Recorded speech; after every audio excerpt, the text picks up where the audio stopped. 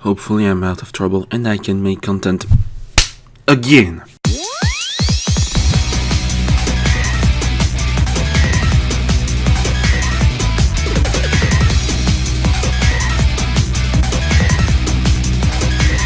Hello and welcome to Splat Talk, the series where I let my mind smack talk about stuff related to Splatoon in general. I'll be talking about complaints people make about Splatfest this time around.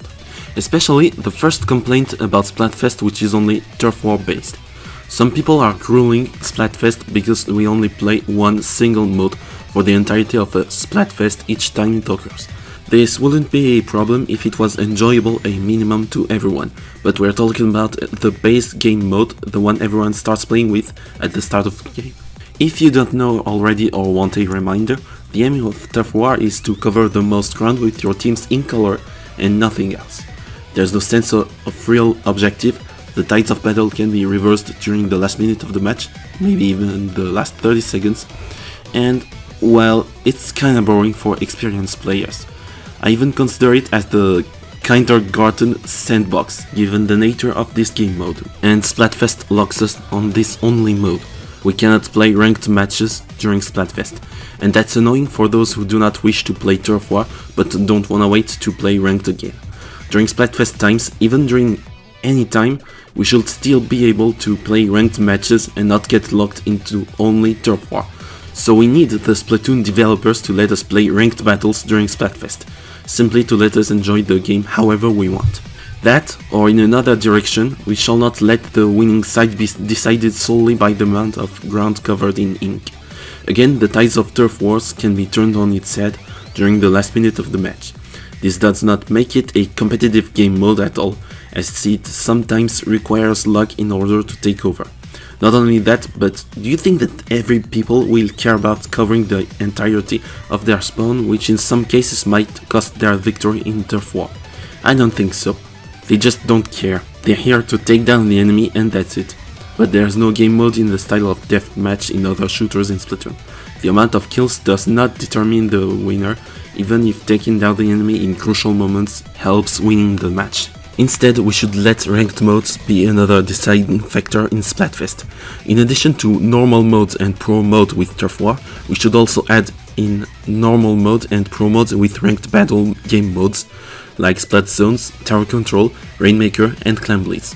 Of course, the game mode and stages will rotate every 2 hours, but the amount of clout shall be calculated in the same vein as calculating your experience points after winning a ranked match in Splatfest, which is basically 5 times your progression in ranked matches plus 2000 points for an eventual victory or 2500 points for KO, plus an eventual synergy multiplier bonus for normal modes, just like with Turf War normal mode, and the eventual times 10 or times 100 bonus multiplier for both normal and pro mode.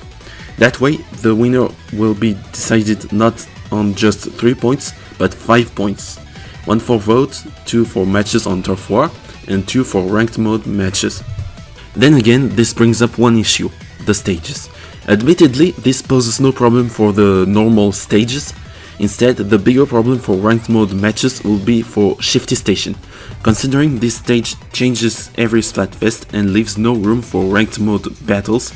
The developers will either have to define every version with every specific assets for every mode, such as defining the zone or the 2 zones to capture in Splat Zones, the path trajectory for the tower in Tower Control, the Rainmaker stand and the different possible paths to reach it, and the clam baskets and clam spawning points in Clam Blitz, or leave this stage out of the ranked mode battles in Splatfest. I just want to play ranked battles in Splatfest. Many of us do wish to play ranked battles too. Please, Nogami, you have to make this a possibility. I even give you 2 choices that you can make, but please, give us ranked battles in Splatfest. We don't like Turf War, and we don't want to be stuck in the kindergarten sandbox during these special events. That's all I have to say for the Splatfest's shortcomings and why we want and how we can get ranked battles in Splatfest. In the meantime, Nintendo has announced version 4.6.0 of Splatoon 2 with the details and release date of Sheldon's Peaks during the Splatoon 2 North American Championship. Sheldon's Peaks will be released on April 2nd and will feature the Fresh Swiffer with its signature suction bomb and an inkjet for more offensive capabilities. Admittedly, they went for a mix between both Kutuber kits. The permanent ink brush with sprinkler and ink armor. Well, this one's gonna be hell to take down if it rolls around and has armor on it.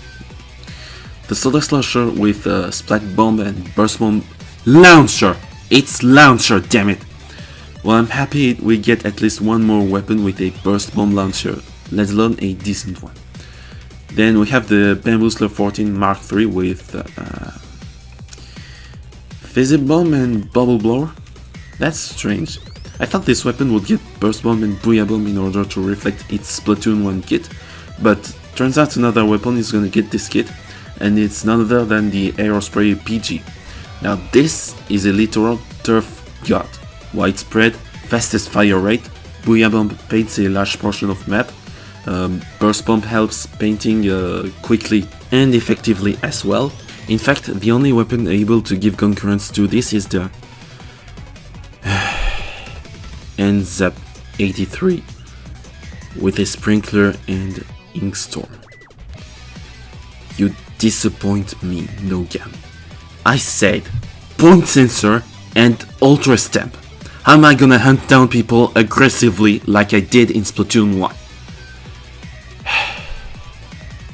Very disappointing. Then we have the Grim Range Blaster with its iconic Burst Bomb and Delta Missiles? That's strange they did not go for Stingray, otherwise it would have been a monster of a weapon in tower control. That's kinda odd. Next up is the Splushomatic 7, and here you're getting back up in my esteem, Nogami, by giving this a monster of a kit with Splat Bomb and Ultra Stamp. Now this, I love it. I'll have to cope with its shortcomings such as short range and widespread coverage, but hopefully that will be so worth it. Next up is Heavy Splatling Remix with Point Sensor and Booyah Bomb. This weapon is very odd in all senses of the term because instead of going for the Splatoon 2 model and the colors of the Splatoon 1 weapon, they just keep the same model and the colors. That's strange. That being said, the Hero Splatling replica also resembles the Heavy Splatling in Splatoon 1, just with silver painting. And the point sensor does not fit well with the weapon, like it didn't even fit well with it in Splatoon 1. I mean, point sensor is supposed to help you hunt down the enemy. How are you supposed to do this with a backline weapon? That's not very practical, I'd say. Then we have Cherry H3 Nozzle Nose. Now of course it had to come up with Splash Wall, but it's interesting that they brought up the Bubble Blower instead of something I would have thought like Baller. I mean sure, it's a good special, but I wonder how fast this weapon, the Cherry H3 Nozzle Nose, can pop up bubbles. We'll see. So far these were all weapons that were featured in Splatoon. And coming along for the ride are two other weapons from the two new weapon classes in Splatoon 2, with Tenta Camobrella coming along with the shitty Ink Mines and almighty Ultra Stamp. This is an Omega Lol / Kappa weapon, shitty sub and almighty special and heavy ass weapon that will get everyone debated. And my favorite weapon from all of Sheldon's picks besides Splush 7, the Clear Dapple Duelist, an almighty weapon waiting to get an almighty set, which it got with Torpedo and Splashdown, and it all makes for an almighty Slayer weapon. Nice. By the way, they clearly said that these were the last and ultimate weapons to be added into the game. In the meantime, they also announced Spring Fest, which will take place from April 19th to April 21st and will confront, well, the two titular characters of the popular fable of French writer Jean de La Fontaine, Le Lièvre et la Tortue, or rather the hare and the tortoise. So, whose side are you on? The fast but easygoing hare or the slow but steady tortoise? Let me know in the comments. And who says special Splatfest says special gear as well. For the Springfest, we'll get an orange, pink, purple, and green novelty visor, Pearl Scout lace-ups, pearlescent Squid Kid Ivy, Pearl Punk crowns, well she's a punk and she wears a crown, duh. New Day arrows, Marination Lace-Ups, Arena Squid Kid Ivy, Trooper Power Stripes, and Midnight Slip-Ons. Off the Hook will perform on the plaza with their clothes from the Oxel expansion, but that doesn't matter in my case. What matters most is give us ranked battles in Splatfest, Nogami, please. That's it for this video. If you have a topic you want me to Splat Talk on, leave it in the comments. And be sure to subscribe for more Splatoon content and other stuff too. This was Stardust Tonic, and I'll see you next time. Bye!